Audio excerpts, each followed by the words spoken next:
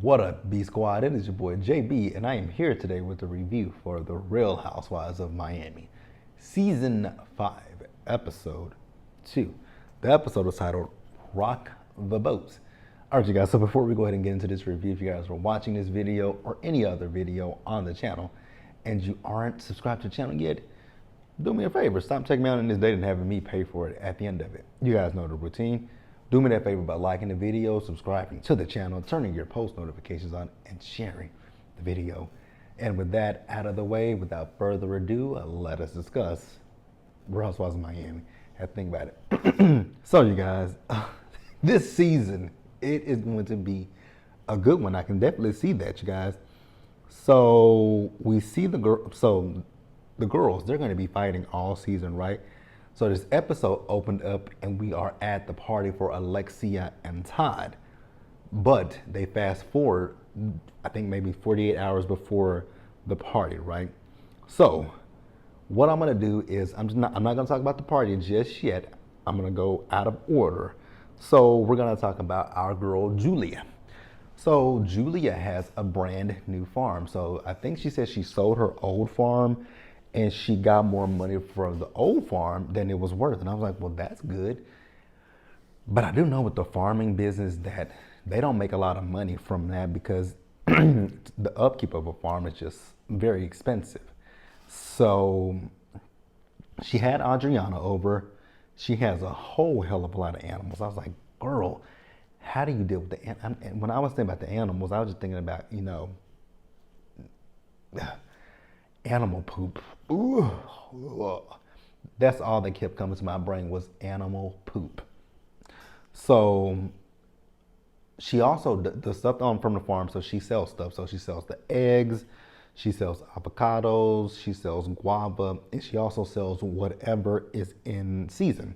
I was like, okay. But like I said, I do know that when it comes to the farms, that people on farms don't make a lot of money. Sometimes they're the poorest people, right? Because they just don't make a lot of money from that stuff. So with her storyline in this episode, what I was seeing in this episode, I was like, I hope there's not an issue between her and Martina, because I don't want to see it. I love her and Martina. Although Martina, she said some things in the media that I don't necessarily agree with. Well, I can't say that I don't agree with it, but I wouldn't have expected, well, maybe, I don't know. It is what it is. But yeah, so you guys know that they're empty nesters, right? The girls are gone and Martina is traveling. So I think Julia is just feeling a little bit alone and lonely. But let's pause here and move forward, you guys. Next up, you guys, Lisa. Oh my God, like every scene that I see with Lisa, I'm like, damn. Like her scenes, you can look at them and it's kind of like a foreshadowing of what's to come. Like the way she talks about things is just like, oh God. And we'll talk about it more in episode 3 for sure. But we see Lisa, so she's out with Gertie, right? And Gertie asks her, how is Lenny? And she says, oh, he's at work. And she's talking about how he comes home and he works out. And this takes me back to what Kiki said in episode 1 about Lenny working out and y'all are not having sex. Like, girl, that man is pumped up, pumping iron, getting all hot and sweaty, and he ain't coming home and releasing on, and releasing on you. He's doing it to somebody else. So Alexia was with them as well, right? So Lisa is still at this point, she's pissed off about the comment that Larsa made about her home having a mortgage on it, and she's still pissed off about Kiki. So, like, I'm so confused with Lisa. Like, why is Lisa so upset about the fact that she said you have a mortgage? Does a mortgage mean that you're broke? I don't know. I don't know. So Gertie, she's still upset with Alexia because of, Alexia comparing her charity event for her brother and her nieces to an event that Mara saw through last season. I believe it was last season. I get where Gertie's coming from. Like, you don't compare a charity event to something else, like just a party. Those are not the same things. But Gertie and Alexia, they move forward, right? And here's my thing with Alexia. So you reached out to Gertie. Gertie told you she already had a wedding planned. So she didn't really blow you off. She just said, I have a wedding planned. Like, I can't do your wedding and then do this other person's wedding as well that was probably paid in advance. So they move forward. I'm just looking at Alexia like, is it that deep, sis? But it is, I guess. So let's pause here and move forward. So you guys, next up, let's talk about Larsa. So I really have an issue with Larsa because Larsa is annoying to me. I don't like Larsa. I don't know why they brought Larsa back. Larsa was on season 1 and she was gone after season 1. So I don't know why they felt the need to bring Larsa Pippen back. Is it for the name Pippen? But okay. So Larsa and Kiki, they're meeting up, right? And like I said, I'm puzzled by Larsa because Larsa is so upset with Lisa because Lisa said that in her building, people who live there are OnlyFans. Larsa, you do OnlyFans. So what are you upset about? You told us last season you sell photos of your feet for $10,000. What are you mad about? Like, if the shoe fit, wear it. So now Kiki's saying that Lisa wasn't being intentional. Well, if you knew she wasn't being intentional, why did you say it in a way that made it come off like she was being, nasty to Larsa? Call me confused, but okay, girlfriend, do what you gotta do. So Kiki says that, Lisa has unfollowed her on Instagram, and I was like, girl, what? Why do y'all care about who follows you and who don't follow you on Instagram? Return the favor. It ain't that big of a deal. It's really not. Maybe I'm somebody that just doesn't give a damn about Instagram, Twitter. Maybe I'm just different. I don't know. Because I know people get butthurt. Oh my God, you unfollowed me. Why did you unfollow me? Are we not friends anymore? I don't do that. I don't care about that. If your number's in my phone and we talk on the regular and you unfollow me on Instagram, I'm like, oh, okay. I'm gonna be like, we gonna still be texting and be like, shit, I don't give a damn. We're still friends. Instagram doesn't determine who my friends are. But let's pause here and move forward. All right, you guys, so next up, Nicole. So we see Nicole, so she is with her mom and her son, and I think her nanny.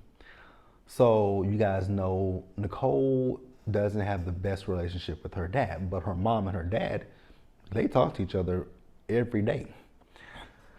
So her mom feels that, she can be quite mean, and she tells her some instances where she's been mean to her and she's gone home and cried. I was like, ooh. Now, I never, because I hated to see my mom cry. I couldn't live with myself, especially when I would do things and she would get mad at me and she'd start crying. She know that that's the easiest way to break me down is just to cry. And I'm like, okay, Mama, I'm sorry. Give me a hug. I didn't mean it.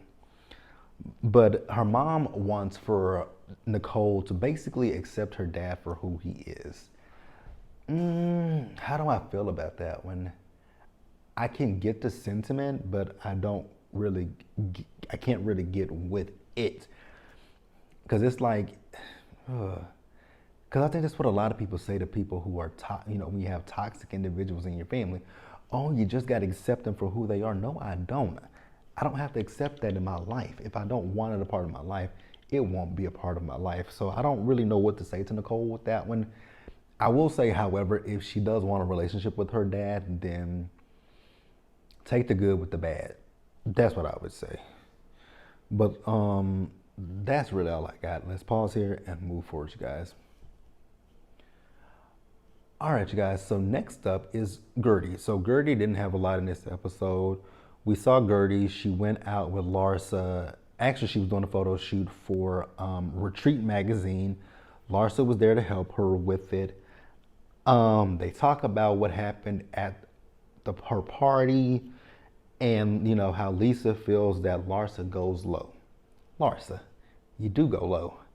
Like, even if she said, okay, all Lisa said was someone on Instagram said that the people who live in your building are OnlyFans people and XYZ. She didn't say anything negative or malicious about you. She didn't say that you had to go, rob a bank to be able to afford your home. She didn't say you had to go sleep with such and such to be able to afford your home. She didn't say nothing nasty or negative about you. But yet instead, here you come. Now, you come to her with the mortgage thing. That was just tit for tat. But then you talking about how she just depends on Lenny, which unfortunately, I believe she does depend on Lenny. I hope she doesn't find this video because I do believe she depends on Lenny. Like, those things, you kind of went low with that. You didn't have to, because she didn't say anything about how you get your money. She just said they say that hookers, prostitutes, OnlyFans people live in your building. It wasn't the end of the world. She didn't say, how did you get to live in the building? So you kind of do go low. And if you went as low as she went, I would go lower and talk about your body, your botched booty. Let's pause here and wrap up the episode, you guys. So you guys, Alexia. So the episode, we open up and we saw Alexia. So she and Frankie, so they're at this, so she's having her wedding party on a boat, right? And, it's not even going to be a wedding. It's just going to be basically a celebration of her marriage to Todd, right? So she has a new planner. And when she was talking about her new planner, she threw major shade towards Gertie. And I was like, that's kind of uncalled for, but okay, girl. If that's how you feel, knock yourself out, right? So then we see everybody as they're getting ready for Alexia and Todd's party. Lisa is like a dog with a damn bone. I mean, damn, girl, you still mad about that? Like, she is still pissed off about this mortgage thing. And I feel like for her to say you have a mortgage means that you're broke. I think that's what is given to Lisa, because she's still upset about Larsa and Kiki, right? Now, she's going to this wedding party, right? She ain't got nobody to babysit her kids, and Lenny ain't coming.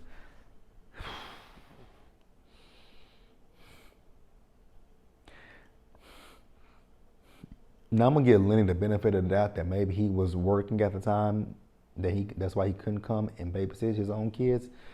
But girl, this just gives a lot of foreshadowing.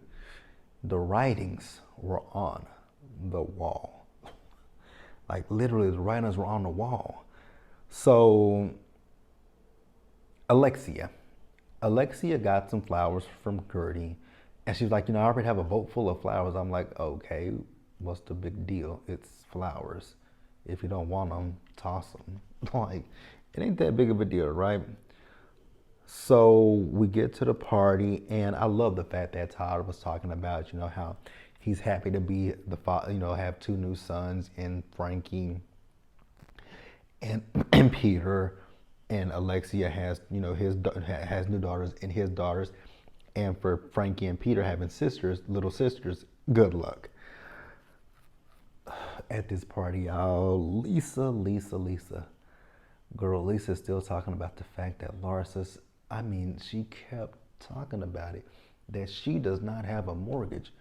I don't have a mortgage. Every time you turn around, she's talking about the fact that she doesn't have a mortgage. I was like, it's giving that having a mortgage means you're broke. Like, that's literally all it kept giving me, is that it's an indication that you're broke, you're living above your means, because she lives in an $80 million home. I'm like, okay, Lisa, don't nobody care. By this episode, I was over Lisa in this situation, because it's dragging. It's just dragging along, but it's cool, you guys.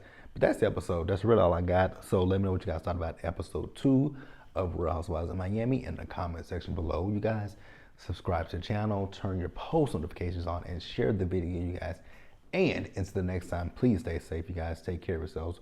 Wash your hands. Be blessed. And I'll see you guys in the next one. Bye, guys.